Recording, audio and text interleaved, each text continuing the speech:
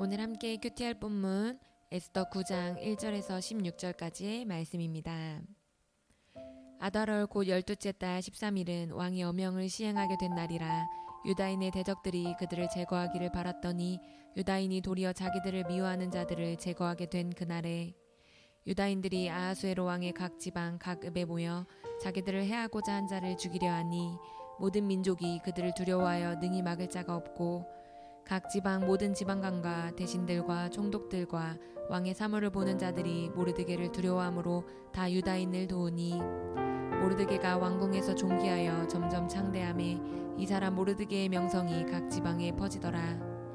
유다인이 칼로 그 모든 대적들을 쳐서 도륙하고 진멸하고 자기를 미워하는 자에게 마음대로 행하고 유다인이 또 도성 수산에서 500명을 죽이고 진멸하고 또 바산다다와 달본과 아스바다와 보라다와 아달리아와 아리다다와 바마스다와 아리세와 아리데와 외사다 곧 함무다다의 손자요 유다인의 대적 하만의 10아들을 죽였으나 그들의 재산에는 손을 대지 아니하였더라.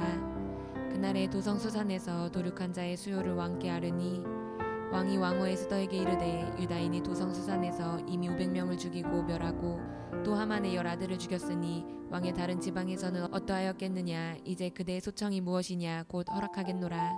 그대의 요구가 무엇이냐. 또한 시행하겠노라 하니 에스더가 이르되 왕이 만일 좋게 여기시면 수산에 사는 유다인들이 내일도 오늘 조서대로 행하게 하시고 하만의 10아들의 시체를 나무에 매달게 하소서 하니 왕이 그대로 행하기를 허락하고 조서를 수산에 내리니 하만의 10아들의 시체가 매달리니라. 아달월 14일에도 수산에 있는 유다인이 모여 또 300명을 수산에서 도륙하되 그들의 재산에는 손을 대지 아니하였고 왕의 각 지방에 있는 다른 유다인들이 모여 스스로 생명을 보호하여 대적들에게서 벗어나며 자기들을 미워하는 자 7만 5천 명을 도륙하되 그들의 재산에는 손을 대지 아니하였더라.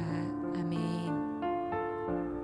우리는 어제 본문에서 모르드게가 새 조서를 선포한 것과 그 내용을 살펴보았습니다. 그 후 9개월의 시간이 흐르고 드디어 결전의 날인 12월 13일이 다가왔습니다.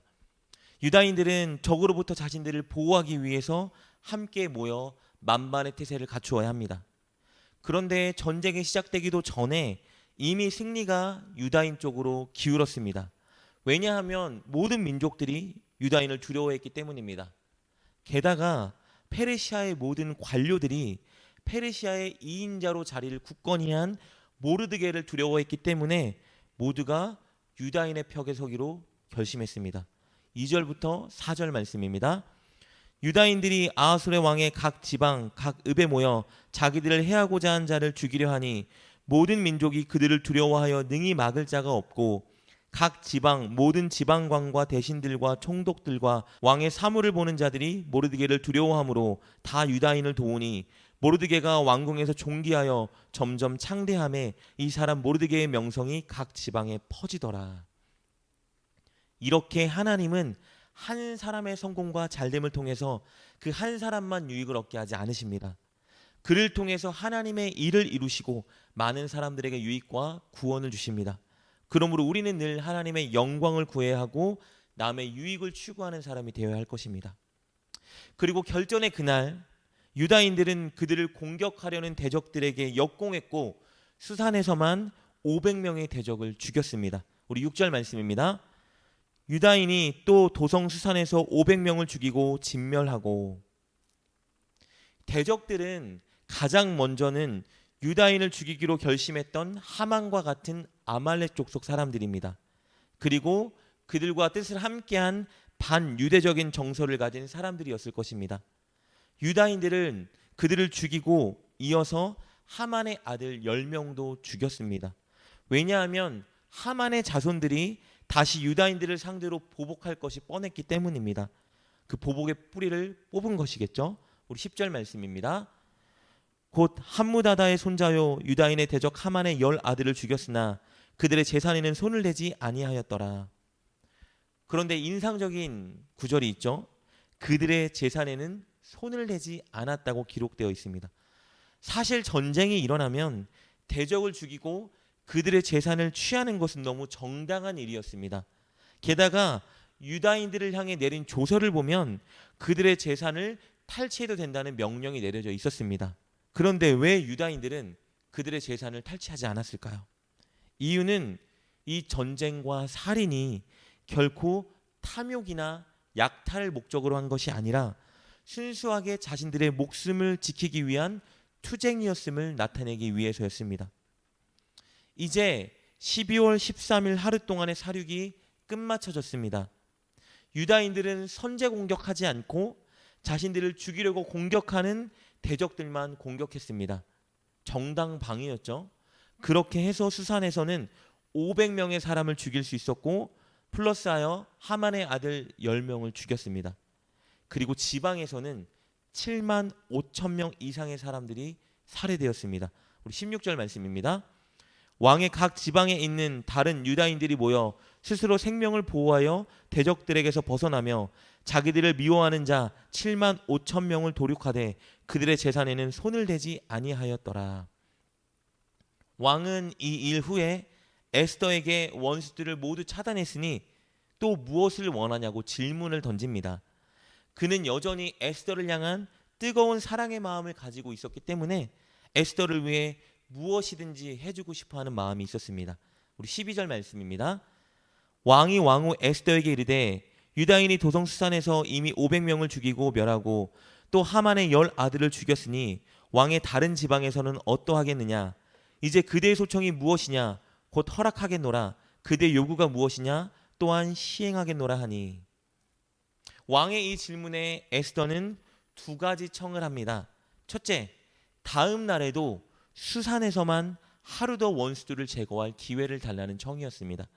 그리고 두 번째 청은요, 하만의 죽은 10명의 아들들 시체를 나무에 매달 수 있도록 허락해달라는 것이었습니다. 우리 13절 말씀입니다.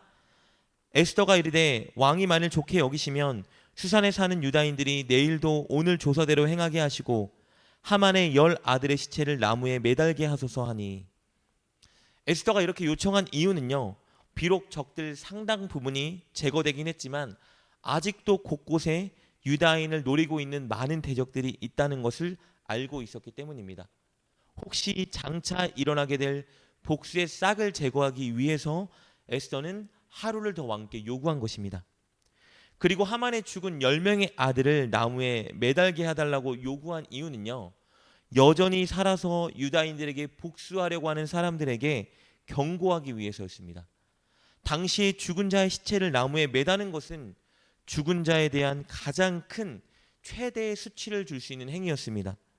그런데 그들을 나무에 매달므로써 하나님의 백성을 대적하려는 자들의 말로가 무엇인지 보여주고 경고하는 목적을 가지고 있었던 것입니다. 너희들 이것을 보고 절대 복수를 꿈꾸지 마라, 경고하는 것이겠죠. 왕은 이 일에 대해서 허락했고 결국 유다인들은 수산에서만 대적 300명을 더 살해하고 이 전쟁을 끝마치게 됩니다. 우리 14절과 15절 말씀입니다. 왕이 그대로 행하기를 허락하고 조서를 수산에 내리니 하만의 10 아들의 시체가 매달리니라. 아달월 14일에도 수산에 있는 유다인이 모여 또 300명을 수산에서 도륙하되 그들의 재산에는 손을 대지 아니하였고.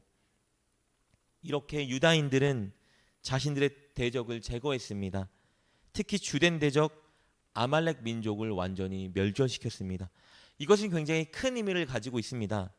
왜냐하면요, 예전에 그들의 조상이었던 사울 왕이 하나님께서 아말렉을 진멸하고 그들의 재산을 취하지 말라고 명령하셨음에도 불구하고 그가 불순종했었기 때문입니다.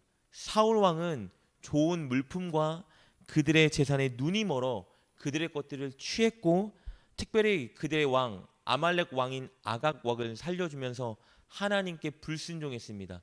그래서 하나님의 진노를 샀었죠. 그런데 이번에 유다인들은 달랐습니다. 아말렉을 진멸하고 그들의 재산에는 아예 손을 대지 않았습니다. 그들의 조상 사울이 불순종한 일을 그들의 후손이 하나님께 온전히 순종한 것입니다. 오늘 본문에서 유다인들이 자신들을 공격하는 대적들을 싸워 물리친 것처럼 우리도 우리들을 공격하는 우리의 대적과 반드시 싸워 승리해야 합니다.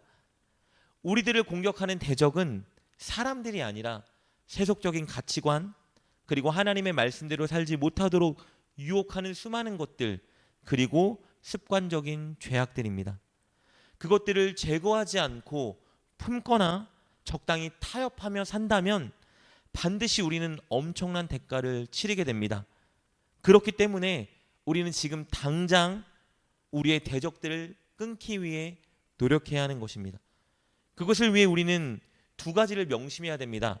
첫째, 유다인들이 무장하여 공격에 대비한 것처럼 우리도 늘 하나님의 말씀과 기도로 다가오는 유혹과 죄의 공격에 대해 만반의 태세를 갖추어야 한다는 것입니다. 날마다 말씀을 가까이 하시고 묵상하시고 또 하나님께 기도하심으로 영적인 전투 태세를 갖추는 여러분 되시길 주님의 이름으로 축복합니다. 그리고 두 번째 명심해야 되는 것은요, 믿음의 사람들과 믿음의 교제를 해야 된다는 것입니다. 유다인들은 대적의 공격에 맞서기 위해서 서로 모여 함께 힘을 합쳤습니다.